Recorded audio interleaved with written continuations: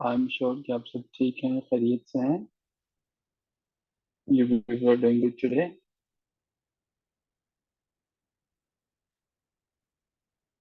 Okay. बाकी सबको भी मेरी आवाज आ रही है? Okay, great great great great. Okay जी। आज हमारा जो टॉपिक ऑफ डिस्कशन रहेगा, हमने डिस्कस करना है, समझने की कोशिश करनी है पाकिस्तान अफेयर्स को। जब भी हम पाकिस्तान अफेयर्स की बात करते हैं, whenever we talk about Pakistan affairs, one thing that comes to our mind, वो ये होता है कि पाकिस्तान अफेयर्स का मतलब ना शायद ये है कि हमारा एग्जामिनर क्वेश्चन पूछने जा रहा है, 1947 से शुरू होगा और वो 2023 तक क्वेश्चन पूछेगा। हम अपनी प्रिपरेशन में जब ये बात कर रहे होते हैं कि शायद ये पाकिस्तान अफेयर है, तो ये एक कंप्लीटली रॉन्ग कॉन्सेप्ट है, जिससे हमारे बहुत से इंपॉर्टेंट एमसीक्यूज जो हैं वो चले जाते हैं। पाकिस्तान अफेयर्स का मतलब ये है, या पाकिस्तान स्टडीज का मतलब ये है आपके कंपटीशन के एग्जाम्स के लिए, कि अब 712 से शुरू होते हैं। जब मोहम्मद बिन कासिम जो है वो आपके पास आता है, तो मोहम्मद बिन कासिम जो है उसके आने से जो डिटेल्स शुरू होती हैं वो हमारे पास पाकिस्तान अफेयर्स कहलाते हैं। तो अगर हम ये समझते हैं कि पाकिस्तान अफेयर्स का मतलब हमारे पास ये है कि पाकिस्तान अफेयर्स 1947 से जो है वो शुरू होता है और प्रोसीड फर्दर करता है, तो इट इज समथिंग कि जो हमारे पास कंप्लीटली एक रॉन्ग कॉन्सेप्ट है, और ये हमें बिल्कुल चेंज करना होगा, हमें बदलना होगा। अच्छा जी, दूसरे नंबर पे इन तमाम क्वेश्चंस को देखने का जो तरीकेकार होता है, जो नजरियात होते हैं, वो हमारे पास काफी मुख्तलिफ होते हैं।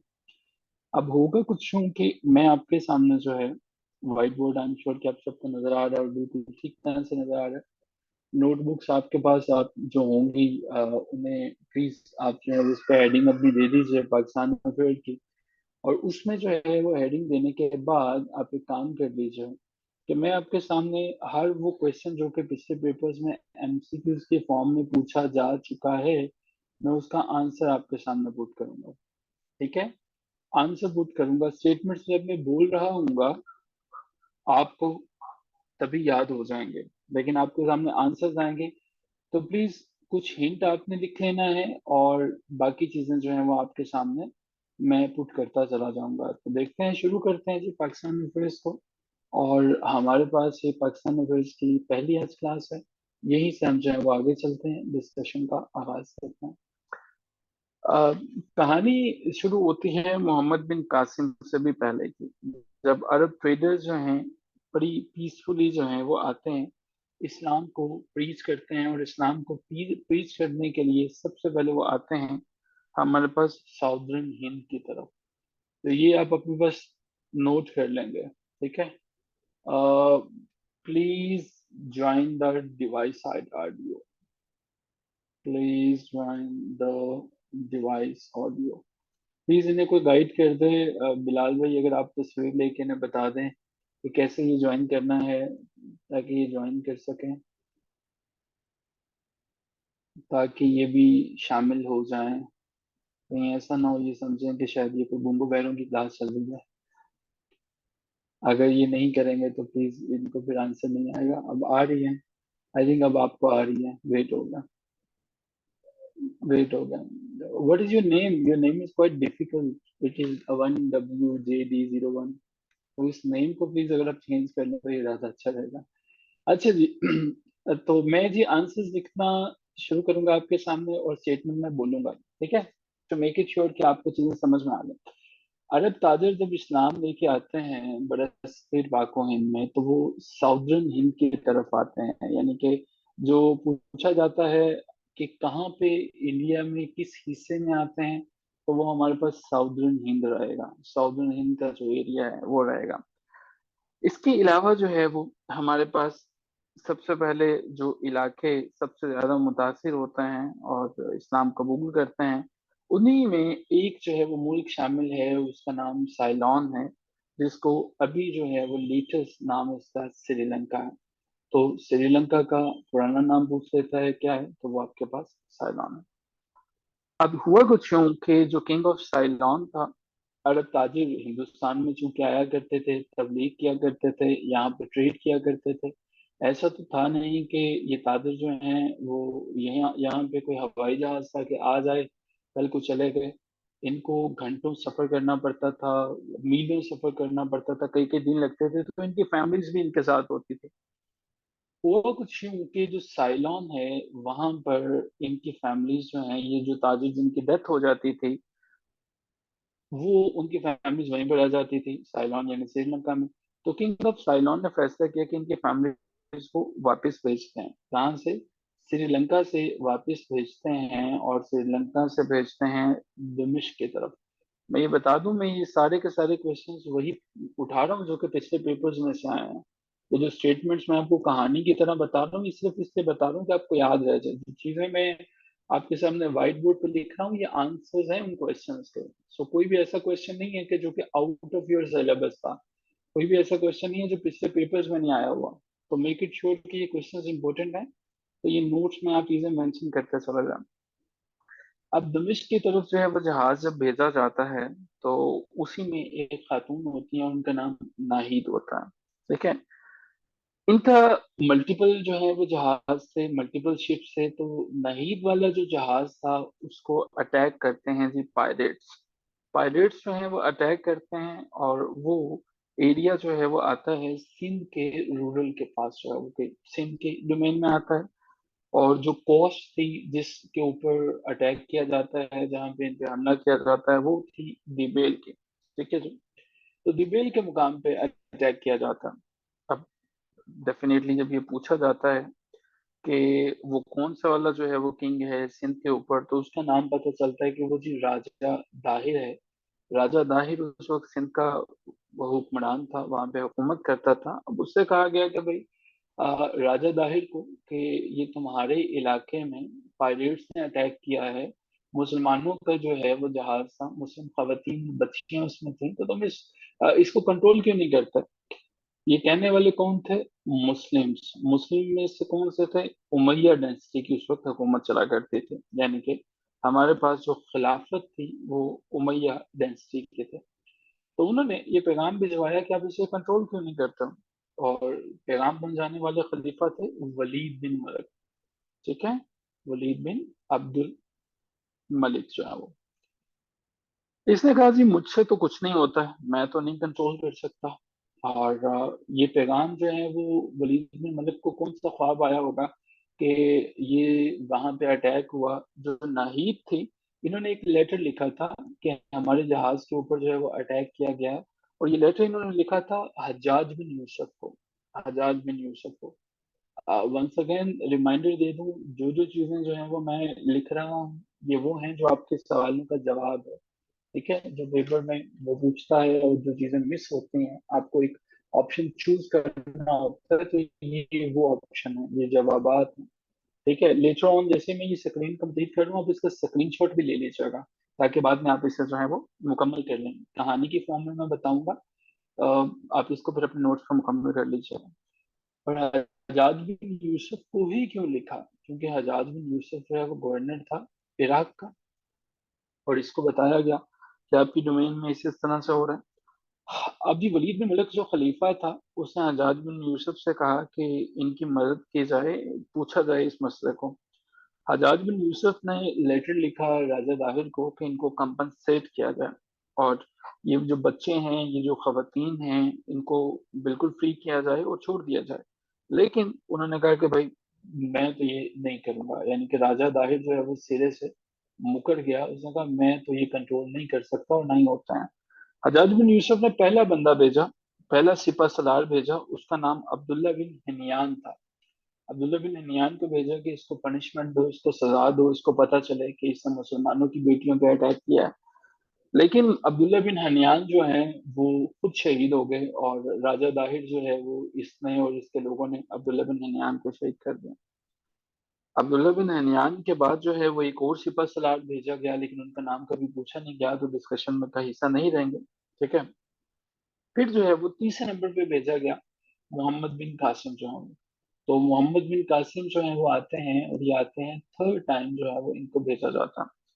अब की दफा मोहम्मद बिन कासिम था क्या, कौन मोहम्मद बिन कासिम जो है वो नफ्यू था। ठीक है, नेफ्यू था। और इसके साथ साथ हजाज बिन यूसुफ का नेफ्यू था। और इसके साथ साथ सन इन लॉ था। सन इन लॉ भी किसका था, हजाज बिन यूसुफ का था। और किस दौर में भेजा गया इन्हें, उमैया डेंसिटी के अंदर। ये बहुत इंपॉर्टेंट क्वेश्चन है कि ये डेंसिटी कौन सी थी, उमैया डेंसिटी या उमैया खिलाफत के अंदर इन्हें भेजा गया। अब जी मोहम्मद बिन कासिम आते हैं। मोहम्मद बिन कासिम के साथ जो है वो 12,000 जो है वो सिपाही होता है। 12,000 जो है वो मैन होते हैं मोहम्मद बिन कासिम के साथ। अब पहला जो है मुस्लिम जनरल जो मोहम्मद बिन कासिम है वो सब कॉन्टिनेंट में आते हैं। और जो इरा था, जो एज चल रही थी, ये 712 थी, 712। मोहम्मद बिन कासिम जो यहाँ पे आते हैं, और आने के बाद एक वैली को सबसे पहले जिसको कंट्रोल करते हैं, वो हमारे पास इंडस वैली थी। आप जानते हैं कि आपने देखा होगा कि इंडस वैली सिविलाइजेशन थी। तो नहरों के किनारे वैलीज में ही स्टे हुआ करता था, ताकि मैक्सिमम जो है वो देर तक सर्वाइवल मुमकिन हो सके। इंडस वैली से ऑनवर्ड्स मोहम्मद बिन कासिम जो है एरियाज को फतह करना शुरू करते हैं। और जहां तक एरिया फतह करते हैं, वो मुल्तान तक का इलाका है। अब मुल्तान तक इसको फतह कर चुके हैं। मोहम्मद बिन कासिम की एज जो है सिर्फ 17 ईयर थी जब इन्होंने अटैक किया। और जब इन्होंने अटैक किया उस वक्त जो डेट बनती थी वो 28 अक्टूबर थी। और साल हमारे पास 712 था। ये डिटेल्स भी आपको याद हो जानी चाहिए। अच्छा, देखेंगे लेक्चर के बाद। अभी जैसे मैं ये कॉन्सेप्ट है वो बयान करके रुकूंगा कि कितने जीनियस लोग ऐसे हैं जिन्हें अभी के अभी ये सारे के सारे क्वेश्चंस और इनके आंसर्स याद भी हो जाएंगे। ठीक है। So we will definitely see how many geniuses are there who can memorize. In fact, who have memorized all the MCQs and all the things that I have discussed in today's session. अच्छा जी, number 15 पे मोहम्मद बिन कासिम जो है, अब जब लड़ते हैं 28 अक्टूबर को आते हैं, पर उसके बाद लड़ाई शुरू होती है। तो छठे दिन जो है वो 6 डे, छठे दिन जो है वो ये होता है कि मोहम्मद बिन कासिम जो है वो इनका और राजा दाहिर का मुकाबला होता है। छठे दिन जब आते हैं उसके 6 दिन के बाद। अब राजा दाहिर जो है वो बड़ी बहादुरी से लड़ता है, बहुत बहादुरी से लड़ता है। लेकिन फिर भी जो है वो मारा जाता है। और ये जिस जगह पे, जिस मुकाम पे लड़ाई होती है, वो अलोड़ का मुकाम है, ये सिंध का इलाका है। मोहम्मद बिन कासिम जो है उन्होंने सिंध को जो है पहले अलोड़ को फतह किया, और अलोड़ के बाद जो सेकंड नंबर पे इलाका फतह किया वो ब्राह्मण आबाद था। ब्राह्मण आबाद, यानी राजा दाहिर ऑब्वियसली हिंदू था, तो हिंदुओं का सबसे बड़ा जो सेक्ट होता है, सबसे बड़ी जो कास्ट होती है, वो ब्राह्मण थे। तो ब्राह्मणों ने अपना एक अलग से इलाका बनाया हुआ था, वो ब्राह्मणाबाद के नाम से जो है वो जाना जाता था। पाकिस्तान में भी ब्राह्मण एग्जिस्ट करते हैं। आपको आई एम श्योर के पता होगा कि पाकिस्तान के ब्राह्मण कौन है। तो पाकिस्तान के अंदर भी ब्राह्मण एग्जिस्ट करते हैं। तो जी ब्रह्मणाबाद का इलाका जो है वो पहले उसको फतह किया, और ब्रह्मणाबाद के बाद जो है वो नंबर 3 पे जो है वो मुल्तान। तो ये इनकी जो है वो रेशो थी इलाकों को फतह करने के सिलसिले में। अब यहाँ तक जो है वो मोहम्मद बिन कासिम बड़ी कामयाबी से इलाकों को फतह कर रहे हैं। एक बंदा था, बड़ा समझदार किस्म का बंदा था, और उसका नाम था सस्सी सागर। ये वो सस्सी नहीं है जो कि आप लोक कहानियों में पढ़ा करते हैं। ठीक है। सस्सी जो पुन्नू वाला जो एक हमारे पास लव स्टोरी है, वो वाला नहीं है। ये राजा दाहिर के वजीर था। ठीक है। सो ही वॉज द वजीर ऑफ राजा दाहिर जो है वो। अच्छा, ये वजीर को क्या करता था, इसने जो है वो ये कहा कि जनाब हम लोग जो हैं एक काम करते हैं कि इन खवातीन को जो है वो किसी महफूज मुकाम पे भेज देते हैं, जो जिनका हमने जो है वो लूटा हुआ है। खवातीन को और बच्चों को जो हमने संभाला हुआ है। तो मोहम्मद बिन कासिम ने जिससे खवातीन को और बच्चों को रिकवर किया था वो शशि सागर था, जो कि वजीर था राजा दाहिर जो है वो। और इसको फिर जो है वो अरेस्ट कर लिया गया था। ठीक है, तो ये पूछता है कि किससे जो है वो इसको रिकवर किया था, तो वो शशि सागर था। अच्छा, ऐसा नहीं है कि राजा दाहिर जो है वो अकेला ही लड़ाका किस्म का जो है वो राजा था। राजा दाहिर की बीवी भी ऐसे ही थी। और राजा दाहिर की बीवी जो है वो जब ये देखती है कि मेरा हस्बैंड जो है वो मारा गया है, तो फौज को ऐलान करती है। 15,000 के करीब जो है वो सिपाही इकट्ठे होते हैं, और उनको लेके जो है वो महफूज से किले में चले जाती है। ठीक है, महफूज से किले को में चले जाते हैं। उस किले का नाम रावर होता है। रावर के अंदर जाके कि यहाँ से हमने जो है वो मुकाबला करना है और यहाँ से हम जो है लड़ेंगे। मोहम्मद बिन कासिम जो है बड़ी कोशिश करते हैं, और बहुत कोशिश के बाद जो है वो रावर जो है ये भी फतह हो जाता है, रावर को भी वो कब्जे में कर लेते हैं। मोहम्मद बिन कासिम जो है वो इनको आपस की कुछ दुश्मनियों, आपस की कुछ नाराजगी की वजह से अगला जो खलीफा आता है उमैया डायनेस्टी के बाद जो डायनेस्टी नहीं आ जाती है वो सुलेमान डायनेस्टी आ जाती है। तो हमारे पास जो है अगला जो डायनेस्टी में हमारे पास आ जाता है, अब्बासी गवर्नर आ जाता है। अब्बासी जो है वो आके इनको जो है वो बुला लेते हैं, वापस बुला लेते हैं। ठीक है, लेकिन इनको डिटेल से हम डिस्कस करेंगे। अब्बासी जो है वो वापस बुला लेते हैं। अब्बासी डेंसिटी कौन सी वाली डेंसिटी थी जो कि इसके बाद आती है। किस्सा मुख्तसर ये है कि साजिशें जो हैं वो मोहम्मद बिन कासिम की जान ले लेती हैं, और वो 20 साल का छोटा सा नौजवान लड़का ही था कि जब उसको जो है वो बेचारे को आपस की दुश्मनी की वजह से वो मारा जाता है, शहीद होता है, what ever the word is feasible here, कि ये जो है वो मार्टर हो जाता है। अरब जो हैं ये पहले, मोहम्मद बिन कासिम जो है वो पहला बंदा था कि जिसने यहाँ पे बरसगीर पाकिस्तान और इंडिया के अंदर जो है वो इस्लामिक लर्निंग को इस्टेब्लिश किया। तो पाकिस्तान के अंदर जो है वो इस्लाम 712 में आता है, और वहां से हमारा पाकिस्तान अफेयर शुरू होता है, ना कि 1947 से इस्लामिक लर्निंग करता है। और ये पूछा जाता है कि सबसे पहले जो इन्वेडर थे वो कौन था, इन्वेड किसने किया था, तो अरब सबसे पहले इन्वेडर थे जिन्होंने बड़े सगीर पाकों के ऊपर जो अटैक किया, जिसने यहाँ पे इन्वेड किया। इसका स्क्रीनशॉट ले लीजिएगा। और अगली स्क्रीन पे जाने से पहले मैं पूछना चाहूंगा कितने जीनियस ऐसे हैं जिन्हें जितनी चीजें मैंने बताई हैं सबके सब याद होगी हैं। They are requested to write me in the chat box, and me is more than enough, ताकि ये पता चल जाए कि कितने लोग ऐसे हैं जिन्हें सारी की सारी चीजें याद हो चुकी हैं, whatever we have discussed so far. Okay, screenshot ले लीजिएगा इसको, ताकि प्लीज बाद में फिर आप इनको रीराइट कर सकते हैं, कुछ चीज मिस हो गई हो तो वो आप पूछ सकते हैं। अच्छा, जिसका कोई पॉइंट अगर मिस हो जाए ना तो वो प्लीज मुझसे पूछ ले, जब मैं मुकम्मल कर लूंगा। ठीक है। अच्छा जी, राजा दाहिर जो है वो खुद भी जिस इलाके में रहा करता था वो ब्रह्म आबाद का था। डेफिनेटली राजा दाहिर जो है वो खुद को ब्राह्मण ही समझता था, और ब्रह्म आबाद में ही रहा करता था। राजा ताहिर की बीवी जो है, जब रावण नामी किला के अंदर जो है वो इनसे ना बन सकी, तो इनके अंदर एक बड़ा जबरदस्त जो है वो इन्होंने अपनी एक रस्म रखी होती है। जबरदस्त इसलिए कि मुसलमानों को कत्ल नहीं करना पड़ता, जिसको जौहर कहा जाता है। जौहर ये है कि अगर दुश्मन आपके करीब आ जाए तो आप उसके सामने सरेंडर नहीं करना, खुद को आग लगा लेनी है, और ये जो है वो जौहर की तरह अपने अनमोल हो जाना है। तो राजा दाहिर की बीवी ने भी खुद को आग लगा लिया था। ठीक है, उसने खुद ही आग नहीं लगाई थी, मतलब खुद अकेली को ही आग नहीं लगाई थी। उसने जो है वो साथ जितनी भी ऑनरेबल लेडीज थी जो कि मिनिस्टर्स के जमाने में हुआ करती थी, उसने सबको आग लगवाई थी ताकि आप भी जोहर से महरूम ना हो जाए। यहाँ से आगे चलते हैं। राजा दाहिर का बेटा एक था और उसका नाम जय सिंह था। जय सिंह जो है वो बड़ा समझदार बंदा था। इसने इस्लाम को कबूल कर लिया। इसने कहा जी मैं इस्लाम कबूल करता हूँ। और यहाँ से फिर जो है वो मोहम्मद बिन कासिम के साथ इसने कहा जी मैं कॉपरेट करने के लिए तैयार हूँ। मोहम्मद बिन कासिम जो है वो राजा दाहिर को शिकस्त देने के बाद अब वहीं पे एक नया सिंध के अंदर सिटी जो है वो डेवलप करना चाहते हैं, एक नई सिटी बनाना चाहते हैं। और वो सिटी जो थी वो थी मंसूरा, यानी कि मंसूरा नामी सिटी जो है वो वहां पे डेवलप करते हैं। यहाँ पे मोहम्मद बिन कासिम जब मंसूरा सिटी को बना लेते हैं, तो अब जो है वो यहाँ पे अरब ताजरों को दावत दी जाती है कि जनाब अब आप आ जाएं, ये महफूज जगह बन गई है। और 4,000 के करीब अरब 4,000 के करीब अरब जो है वहां पे आते हैं और उन्हें वहां पे सेटल किया जाता है। लेकिन वही बात मैं आपको जो बता रहा था कि सुलेमान बिन अब्दुल मुल्क जो हैं वो अगले खलीफा आ जाते हैं। उनको कोई बताता है कि मोहम्मद बिन कासिम जो हैं वो तो कोई अच्छा काम नहीं कर रहा, सिंध के अंदर वो एक नई हुकूमत बना रहा है। और शक ये पड़ रहा है कि मोहम्मद बिन कासिम खुद को खलीफा ना डिक्लेयर कर दे या किंग ना डिक्लेयर कर दे।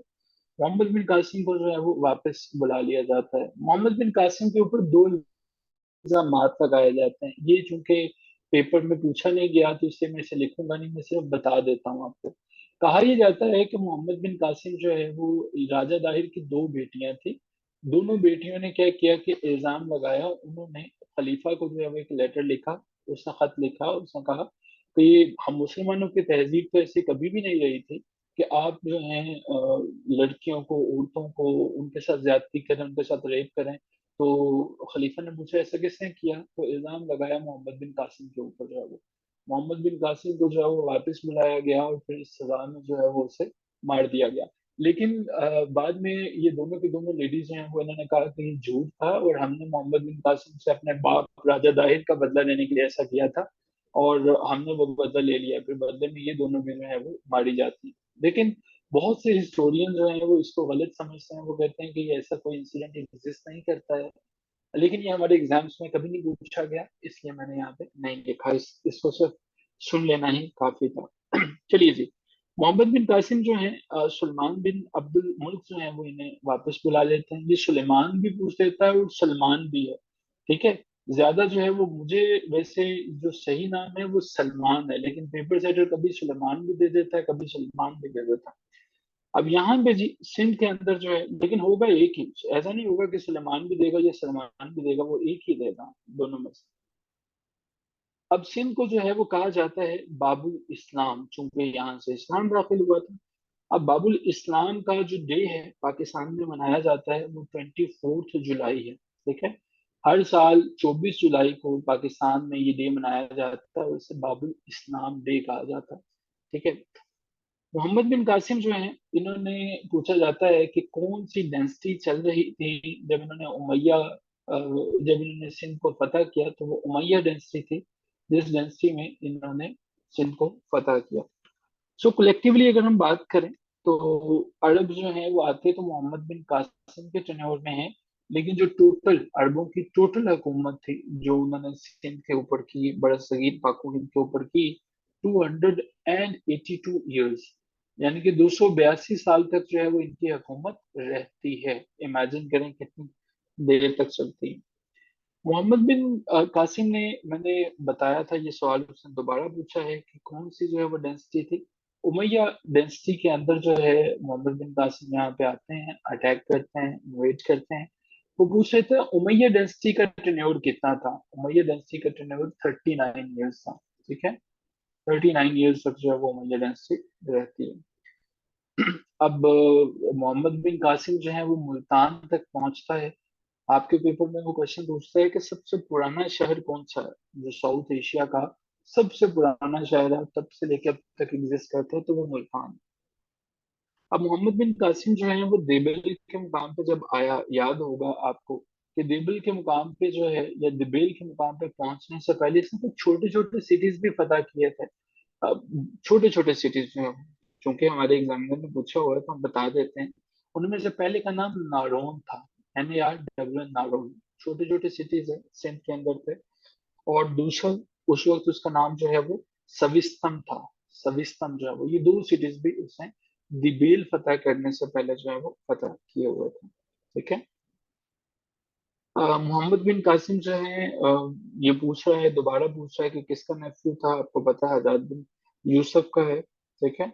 और दिबेल और अलोर जो है वो हमारे पास सिंध के शहर हैं, आपने इन्हें भूलना नहीं है, ठीक है।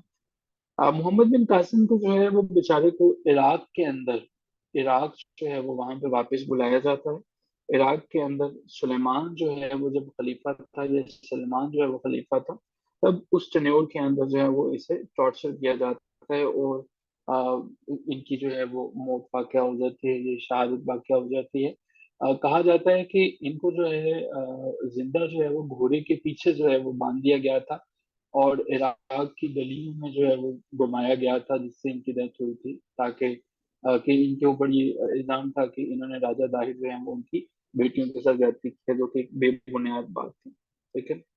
अच्छा जी, उमैया डायनेस्टी जो है, इसके बारे में तो मैं आपको बता चुका हूँ कि उमैया डायनेस्टी जो है वो ये तब थी जब मोहम्मद बिन कासिम आता है। लेकिन पूछा यह जाता है कि कब इनकी डायनेस्टी को खत्म कर दिया गया, कब ये इनको ओवरटर्न कर दिया गया था। तो इनकी डायनेस्टी को ओवरटर्न किया गया था 750 के अंदर, जो 750 एडी। मोहम्मद बिन कासिम 712 में आए थे। ठीक है, 712 में।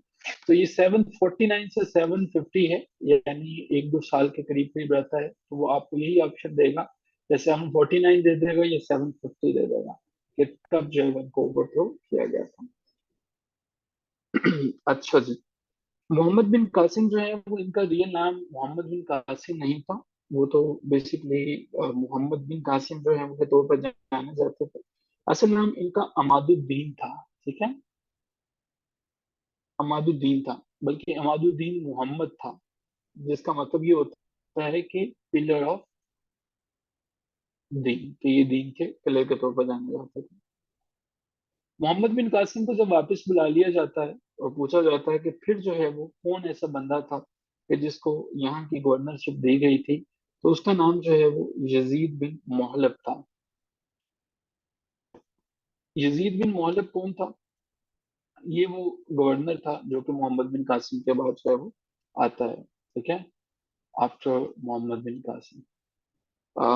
जी, यहाँ तक जो है वो मोहम्मद बिन कासिम से रिलेटेड हमारे क्वेश्चन से क्लियर। कितने लोग ऐसे हैं जिन्हें ये 15 जो मैंने सीरियल नंबर्स में हेडिंग्स करवाई हैं, ये कवर हो गए हैं, याद हो चुके हैं? हम मैंने जीनियस कर दिया जिन्हें ये भी याद हो चुके हैं।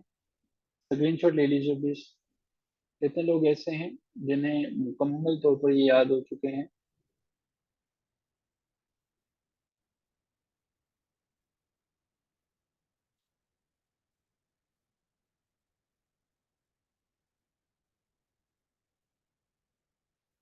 ग्रेट, ऑलमोस्ट हो गए। Okay, excellent. चलें जी, वेरी गुड, शाबाश।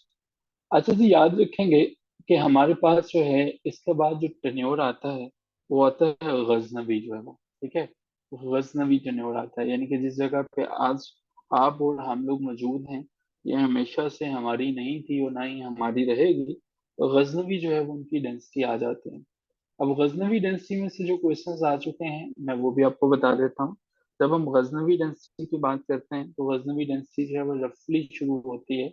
रफली, रफली सुनात ये है इसके करीब करीब 977 से, और खत्म होती है 1186 तक जो है वो। ठीक है, गजनवी डेंसिटी जो है वो, गजनवी ये लोग कहाँ से आते हैं, कहाँ से पाकिस्तान में, इंडिया में किस रास्ते दाखिल होते हैं?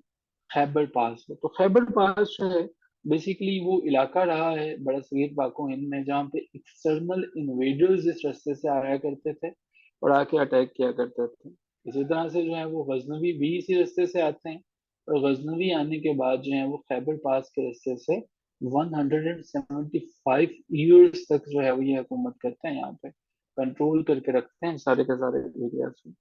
अब जब गजनवी की बात करते हैं, तो एक ही नाम हमारे सामने आता है और वो बड़ा इम्पोर्टेंट है, वो है महमूद ऑफ गजनवी। ठीक है, महमूद ऑफ गजनवी है।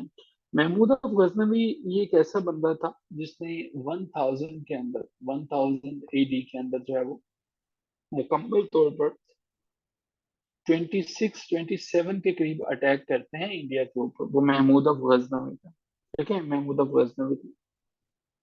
महमूद अफ गजनवी जो है वो यहाँ पे आते हैं, और यहाँ पे आने के बाद महमूद अफ गजनवी इंडिया पे जब अटैक्स करने का सिलसिला शुरू करते हैं, वो तो 1000 में ही शुरू कर देते हैं। लेकिन इनकी हुकूमत जो है वो बन जाती है 1010 में।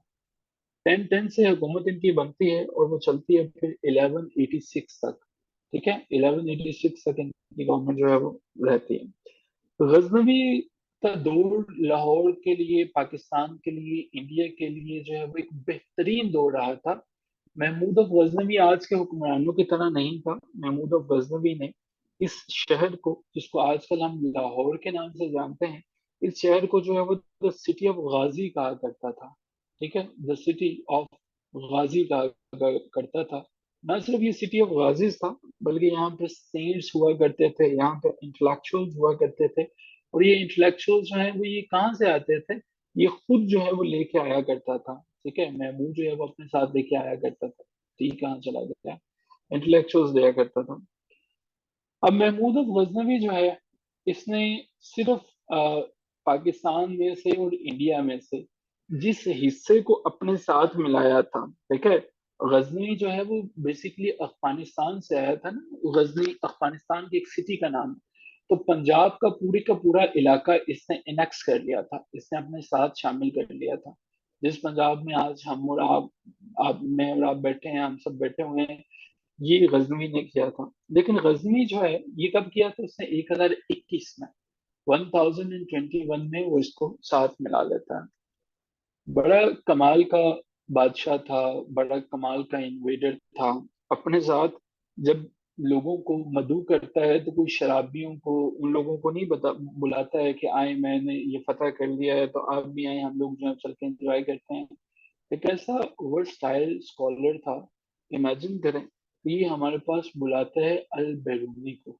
अल बेरूनी जिसके बारे में हम कहते हैं ना कि अल बेरूनी जो है वो इंडिया में आया था, उसने देखा था। तो अल बेरूनी को जो सारी की सारी पैट्रनेज थी, जो सारे के सारे वजायफ थे, वो महमूद गजनवी ने प्रोवाइड किया था कि जनाब यहाँ पे आए। सिर्फ यही नहीं, महमूद गजनवी जो है वो हजरत दातागंज बख्श को और बहुत से लोगों को लेके आया था। आगे चलते हैं, उनका जिक्र आएगा हमारे पास जो है। सो महमूद गजनवी जो है 1000 से अटैक शुरू करता है। और इसके जो अटैक्स की दास्तानें हैं वो कि 1010 में इसकी जो है वो पार्शली हुकूमत कायम हो जाती है और बहुत ज्यादा अरसा जो है वो ये गुजारता है यहाँ पे। लेकिन 127 तक इसके अटैक्स चलते रहते हैं। ठीक है, हिंदुस्तान कोई छोटा सा तो है नहीं, तो मुख्तलिफ एरियाज के ऊपर ये अटैक करता रहता है। ठीक है, महमूद गजनवी के बारे में लोग कोई टाइटल देता है, कोई टाइटल देता है, लेकिन एक टाइटल जो बहुत मशहूर हुआ और जो ये वाकई डिजर्व करता है वो था abductor of scholars. Abductors of scholars के इसने जो है वो तमाम के तमाम स्कॉलर्स को ये अबडक्ट करता था। स्कॉलर्स को एबडक्ट करता था और उसको अपने जो है वो रेंज के अंदर बुलाया करता था, यानी उन्हें दावत दिया करता था। तो ये हमारे पास जो है वो गजनवी साहब का ही कारनामा है कि उनको एबडक्ट कर लेता था। गजनी जो है, लाहौर को इसने मिनी गजनी का नाम दिया और यहाँ से कुछ चीजों को लेके जाया करता था अफगानिस्तान के शहर गजनी के अंदर जो है वो। जो मेन सिटी अफगानिस्तान का उस वक्त का गजनी था, जरा इमेजिन करें कि वो तो इसका नेटिव होम टाउन था। वहाँ की कमाल की मसाजिद थी, मदरसा से, लाइब्रेरीज से, सब चीजें ये बनाया करता था। तो गजनी शहर में अगर सबसे ज्यादा तरक्की की थी तो वो महमूद गजनी का दौर था। लेकिन चूंकि अब ये लाहौर में भी आ चुका था, तो लाहौर को जो है वो समाल गजनवी के नाम से जाना जाता है। मैं वंस अगेन आपको ये रिमाइंडर दे दूं कि जो भी चीजें मैं यहाँ पे लिख रहा हूँ ये आपके आंसर्स हैं। इससे पहले क्वेश्चन जो हैं जो पूछे जा चुके हैं पेपर्स में, ये वहां से एक्सट्रैक्ट किए गए हैं। जो लोग मुख्तलिफ पेपरों में अपीयर होते रहते हैं, उन्होंने ये देखा होगा कि ये क्वेश्चन जो हैं वो बहुत से क्वेश्चन ऐसे आ रहे होंगे कि जो रिपीट होते हैं। ठीक है, रिपीट होते हैं। सो मेक इट श्योर कि आप हर क्वेश्चन को नोट कर रहे हो। अगर कोई चीज मिस हो जाती है तो आप स्क्रीनशॉट लेके लेटर ऑन उसे उस स्टोरी को कंप्लीट कर सकते हो। अच्छा जी, महमूद गजनवी जो है वो सिर्फ तलवार जनी ही नहीं करता था। महमूद गजनवी जो है एक बहुत अच्छा राइटर भी था, किताबें भी लिखा करता था। इनफैक्ट इसकी किताबें सबसे ज्यादा जो फेमस थी, जो जो बुक थी इसकी, वो फिका के ऊपर थी। लेकिन फिका पे इसकी जो बुक है उसका नाम फिक था। ठीक है, फिक थे। Two nation theory, two nation theory का जो है वो तस्वुर हम ये समझते हैं कि सबसे पहले सर सैयद अहमद खान ने दिया था, और ये दिया था 1857 में। लेकिन जो हमारे पास ये क्वेश्चन है कि सर सैयद से पहले भी टू नेशन थ्योरी का तस्वुर या कॉन्सेप्ट किसने दिया था, तो वो हमारे पास अबू रेहान अल बैरूनी का नाम आ जाता है। अबू रेहान अल बैरूनी थे, इन्होंने for the very first time कहा था कि भाई बरसगीर में जो ये मुसलमान हैं और ये जो हिंदुस्तानी हैं, यहाँ पे जो हिंदू हैं, ये इकट्ठे नहीं रह सकता। ठीक है, तो पहला कॉन्सेप्ट जो है वो अबू रेहान अल बिरूनी ने दिया था। हमारे पास जो है सबात एक तगैर को है जमाने में, हम बाद में चल के देखेंगे, अभी तो सिर्फ मैं नाम ही आपको बताना चाहूंगा कि कहानी में जब बाद में ट्विस्ट आता है तो गजनवी के बाद जो हुकूमत आती है वो घोड़ीज की आती है। ठीक है, लेकिन चूंकि इस पे भी मैं बात नहीं करूंगा, सिर्फ एक रिमाइंडर देना चाह रहा हूँ जो कि अभी आपके लिए जरूरी है कि महमूद गजनवी बहुत ताकतवर था, हर चीजें बड़ी बड़ी टॉप पे चल रही थी, लेकिन जो है वो महमूद गजनवी को भी टक्कर देते हैं और जो घोड़ी जो है वो आ जाते हैं और अगली हमारे पास डायनेस्टी शुरू हो जाती है। अच्छा जी, जो ये गजनवी थे, इन्होंने, मैंने बता रहा था आपको कि अल बेरूनी को भी ये लेके आए और अल बेरूनी ने जो है वो थ्योरी दी थी, टू नेशन थ्योरी की। पूछा जाता है कि अल बेरूनी ने ये थ्योरी किस किताब में दी थी। उन्होंने एक किताब लिखी थी, किताबुल हिंद जो है वो। ठीक है, तो किताबुल हिंद के अंदर जो है वो ये कॉन्सेप्ट, ये तस्वुर जो है वो दिया गया था हमारे पास अल बेरूनी की तरफ से। यहाँ तक हमारे पास जो है वो चीजें क्लियर हैं। सुल्तान महमूद गजनवी जो है, इनकी तो डेथ हो जाती है जी 1030 के अंदर, लेकिन इनकी जो गजनवी एम्पायर थी, यानी कि पूरी की पूरी जो गजनवी एम्पायर थी, वो 1186 के अंदर खत्म होती है। ठीक है, जिस तरह से मुगल बादशाह जो है वो शुरू तो हो जाती है 1526 में, लेकिन खत्म होती है बहादुर शाह जफर के साथ से। तो गजनवी एम्पायर बाद में जो है वो खत्म होती है। और ये वो शानदार बंदा था कि जिसने अली मखदूम हजवेरी, जिन्हें हम हजरत दाता गंज बख्श के नाम से जानते हैं, उनको भी बुलाया। ठीक है, उनको भी इन्होंने वेलकम किया कि आप इंडिया में तशरीफ लेके आए। और इनकी दरख्वास्त पे ही हजरत दाता गंज बख्श, यानी कि जिनका मुकम्मल नाम अली मखदूम हजवेरी है, ठीक है, ये जो है वो तशरीफ लेके आते हैं। अब यहाँ पे हमारे पास जो है वो चीजें खत्म होती हैं सुल्तान महमूद गजनवी के बारे में। ठीक है, इन्होंने 17 दफा जो है वो हमले किए थे। गजनवी जो है, बल्कि ये भी मैं लिख देता हूँ, 17 टाइम जो है वो इन्होंने अटैक किया था। और सुल्तान महमूद गजनवी ही थे। पूछा जाता है कि एक टेम्पल था, सोमनाथ का मंदिर जो था, वो इन्होंने कब जो है वो उसको डिमोलिश किया था, कब उसको जो है वो फतह किया था, कब डिस्ट्रॉय किया था, वो हमारे पास 1026 है। 1026 है। अच्छा, इस बंदे के दो बड़े जबरदस्त इसको टाइटल दिए गए थे। इनका एक नाम था जमीनुद्दौला और दूसरा इनका नाम था अमीनुद्दौला। ये टाइटल जो है वो इनको दिए गए थे खलीफा ऑफ बगदाद की तरफ से। ठीक है, खलीफा ऑफ बगदाद की तरफ से जो है वो।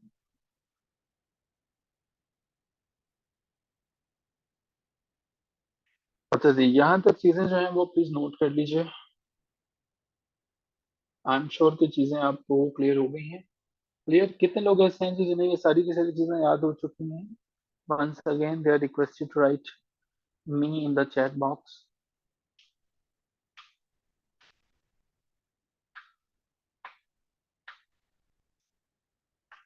How many are there?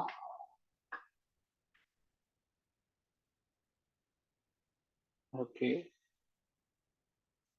What is your name? It is a strange name, one W. आपका नाम क्या है? आपका नाम क्या है? Can you write your name? नहीं नहीं, अदनान आपको तो पता चल गया है। जी जी, ये दोनों उन्हीं के हैं। ये पता नहीं, लंबा सा नाम है, खुरम। खुरम बड़ा लंबा नाम है यार आपका।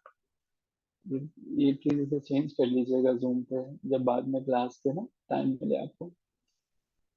अच्छा जी, अब हमारे पास जो है वो गजनवी के बाद आ जाते हैं जी, गौरी आ जाते हैं। ठीक है, तो देखिए जरा, जो सरजमीन जिसके ऊपर हम हैं और जो हमें लगता है कि शायद हम लोग ही यहाँ पे, या पाकिस्तान की हुकूमत थी, किन किन लोगों की जो है वो यहाँ पे हुकूमत रही थी। ठीक है, तो गौरी जो है वो यहाँ पे आ जाते हैं 1186 से ऑनवर्ड जो है वो।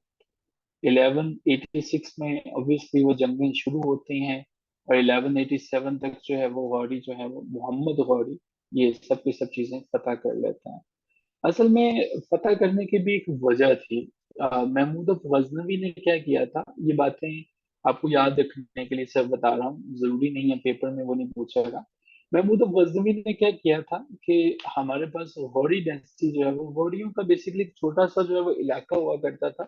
और ये लोग बड़े प्यार से बड़े अमन से रहा करते थे। इवन महमूद गजनवी को टैक्स भी दिया करते थे, ठीक है। लेकिन हुआ कुछ यूं कि गजनवी ने जो है वो एक बंदा इनका कत्ल कर दिया था, ठीक है। और वो बंदा जब इनका कत्ल होता है तो उसका नाम सैफुद्दीन होता है।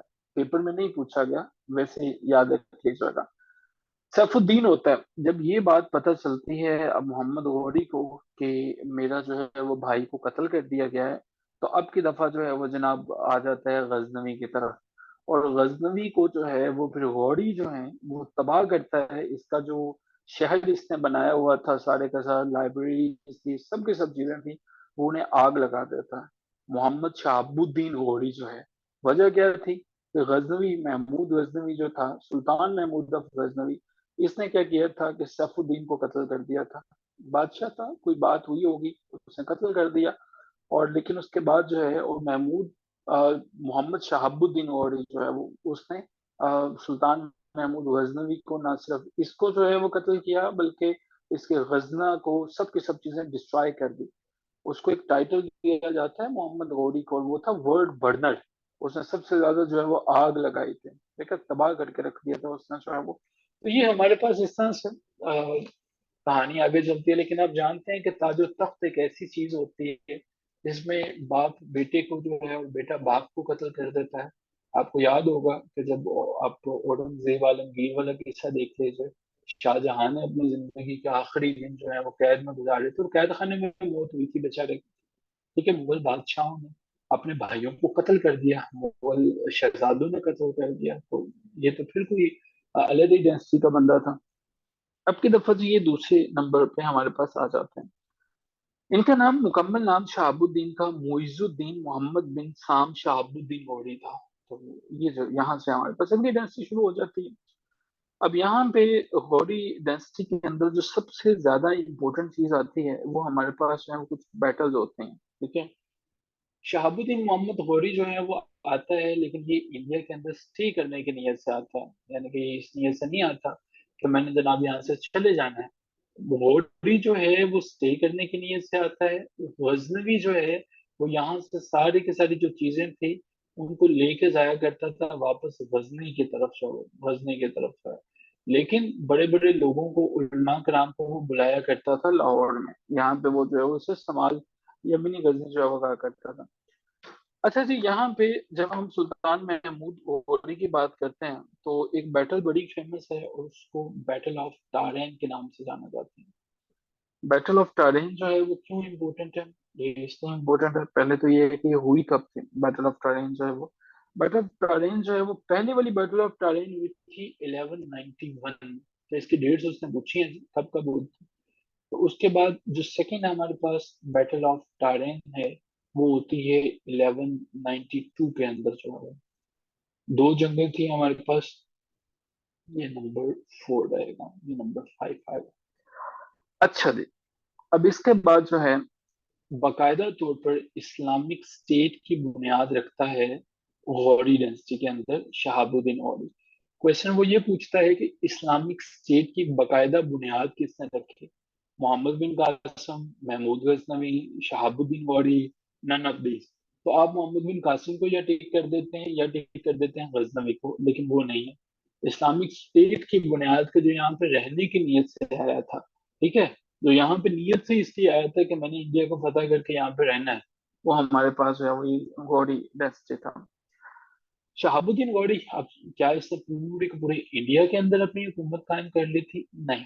इंडिया के ऊपर हुकूमत कायम करना जो है ये तो ख्वाब जाके पूरा किया था अकबर ने 1605 के अंदर। उससे पहले तो इंडिया को, पूरे के पूरे इंडिया को कोई भी फतह नहीं कर पाया था। और नॉर्थ इंडिया, और इंडिया भी कोई छोटा सा इंडिया नहीं था। इंडिया, पाकिस्तान, बांग्लादेश, श्रीलंका, बर्मा और मालदीव तक जो है वो ये पहुंचे हुए थे। तो ये कैसे मुमकिन था कि ये अकेला जो है वो फतह कर लेता? इसने सिर्फ नॉर्थ इंडिया को जो है वो वहां पे अपने स्टेट का आगाज किया। अच्छा जी,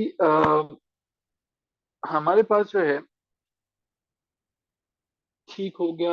हमारे पास ये आगे हो चुका है पहले कि गजनवी जो है उसने कितने हमले किए हुए हैं, ये क्वेश्चन रिपीट कर रहा है। अच्छा जी, ये जो हमारे पास जो है शहाबुद्दीन गौरी था, ये बेसिकली इसके अपना कोई बेटा बेटी था नहीं। तो इसको जो है अभी एक बात कही जाती थी कि आप जो है वो पहले किंग होंगे कि जिसका ना कोई बेटा है और ना कोई बेटी है, तो ये कैसे आगे चलेगा। इसने कहा था कि जी देखें, जितने भी स्लेव्स हैं ना सारे के सारे वो मेरे बेटे हैं। तो इसके बाद जो डेंसिटी आगे चलती है वो हमारे पास स्लेव डेंसिटी होते हैं, स्लेव डेंसिटी आती है। स्लेव डेंसिटी वही कुतुबुद्दीन ऐबक की, वही सारी की सारी जो है वो डेंसिटी आगे चलती है। स्लीव डेंसिटी एक ऐसी डेंसिटी है कि जिसे हम एक और नाम से भी जानते हैं, और उसे हम जानते हैं ममूलक डेंसिटी के नाम से। ठीक है, ममूलक डेंसिटी भी स्लेव डेंसिटी का नाम है। ठीक हो गया सर। अब हम यहाँ से चीजें समझने की कोशिश करते हैं, और हमें ये पता चलता है कि शहाबुद्दीन गौरी जो था, इसने अपनी सारी की सारी सल्तनत जो है वो फिर सलीब जो है वो उनके हवाले कर दी थी, और वहीं से जो है वो चीजें आगे चलते थे। मोहम्मद गौरी जो था, इसने अपने इन इलाकों को फतह करने के बाद, चूंकि इसकी औलाद कोई थी नहीं, तो कुतुबुद्दीन ऐबक को जिम्मेदारी दी। इसने कुतुबुद्दीन ऐबक को इंडिया का गवर्नर बनाया कि चलो तुम इन मामलात को देखो। और कुतुबुद्दीन ऐबक इसका गुलाम था, आजाद करना एक गुलाम था। कुतुबुद्दीन ऐबक चूंकि गुलाम था, वो के बाद में आजाद कर दिया गया था, लेकिन स्लेव डेंसिटी का फाउंडर फिर वही बना था। ठीक है, स्लेवलेस थी, ऐसे लोग थे जो कि गुलाम हुआ करते थे, लेकिन शहाबुद्दीन गौरी ने इन गुलामों की तरबियत अच्छे से की, कि बेटा बेटी कोई नहीं था। उसने इनकी इतनी अच्छे से तरबियत की कि उसे कोई और अपनी फैमिली में भी अच्छा नजर नहीं आया कि जो इनसे अच्छा जो है वो रूल कर सके। और ये सारे के सारे स्लेव बड़े ओबीडियंट थे। कुतुबुद्दीन ऐबक है, इसके बाद अल्तमश है, गयासुद्दीन बलबन है, ये आगे चलेंगे ना। तो ये सब के सब बड़े ओबीडियंट थे, बातें माना करते थे। बादशाह गौरी के ऊपर कभी कोई अटैक होता था, कुतुबुद्दीन ऐबक अपना अपने जिस्म पे तीर खा लेता था, यानी कि लगने नहीं देते थे, बादशाह को प्रोटेक्ट करते थे हर तरह से। और मोहम्मद जो शहाबुद्दीन थे, वो भी कोई ऐसा नैला जला नहीं था कि आज का वो बंदा था कोई छुपने वाला था। वो भी बड़ा बहादुर इंसान था। लेकिन कुतुबुद्दीन ऐबक खैर, उसका दिल को लगा, उसने उसको जो है वो गवर्नर बनाया। और बाद में कुतुबुद्दीन ऐबक जो है वो इसी ने फिर स्लेव डेंसिटी को फाउंड किया, इसी ने बुनियाद रखी। अब यहाँ पे हमारे पास पता चलता है कि ये डेंसिटी है जो कि कुतुबुद्दीन ऐबक की वजह से बनाई जाती है। घोड़ी जो है रूल करते हैं जी, ना सिर्फ रूल करते हैं बल्कि अच्छा खासा रूल करते हैं। घोड़ी राजपूत के साथ जो है वो मुकाबला करते हैं। इनफैक्ट शहाबुद्दीन मोहम्मद घोड़ी जो है, राजपूत जो बहुत बड़ी ताकत हुआ करती थी, राजपूत को चैलेंज करता है, उनके साथ जंगें लड़ता है, जीत जाता है, दिल्ली को फतेह करने की कोशिश करता है, और सारी की सारी चीजें जो है वो विन करना शुरू कर देता है। लेकिन हम जो है वो अब, जो क्वेश्चन है वो स्लेव डेंसिटी के बारे में है।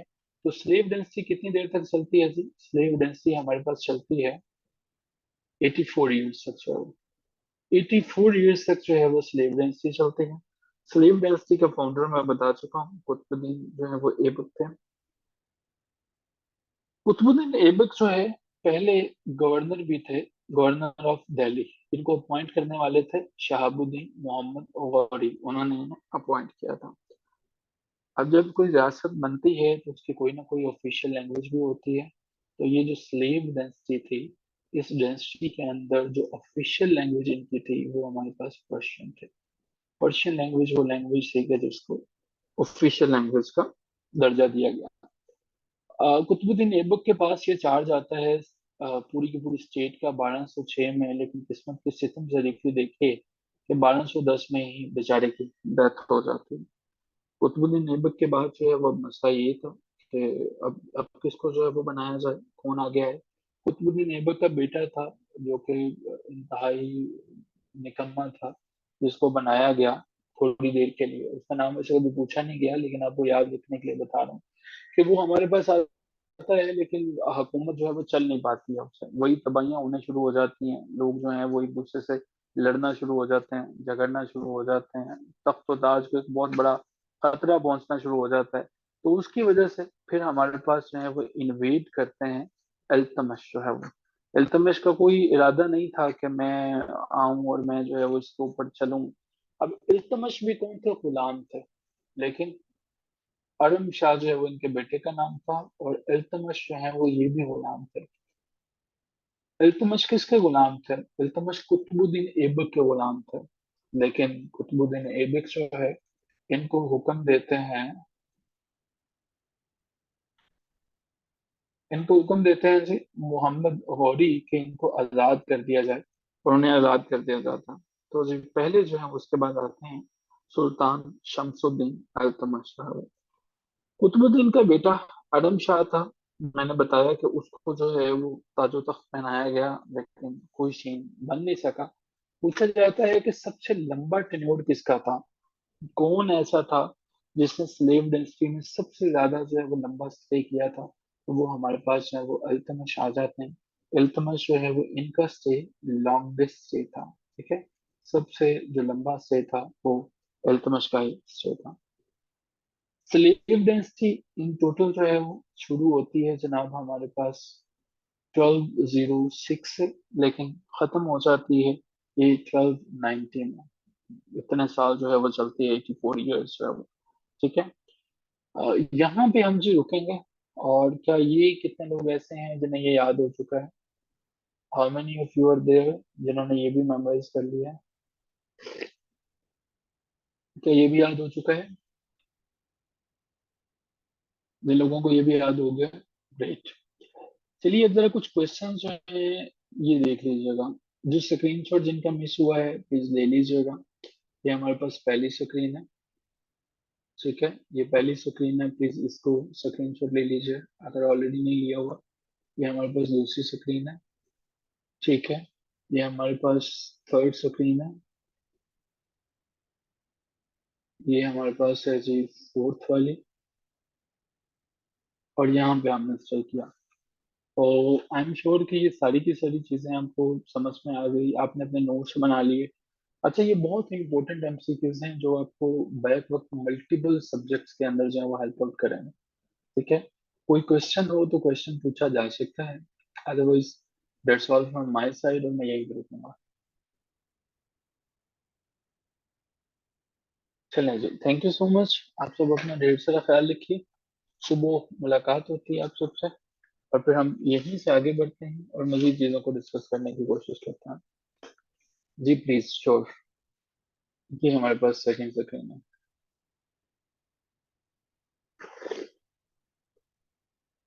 जी जाहिर साहब, ये पहली स्क्रीन है।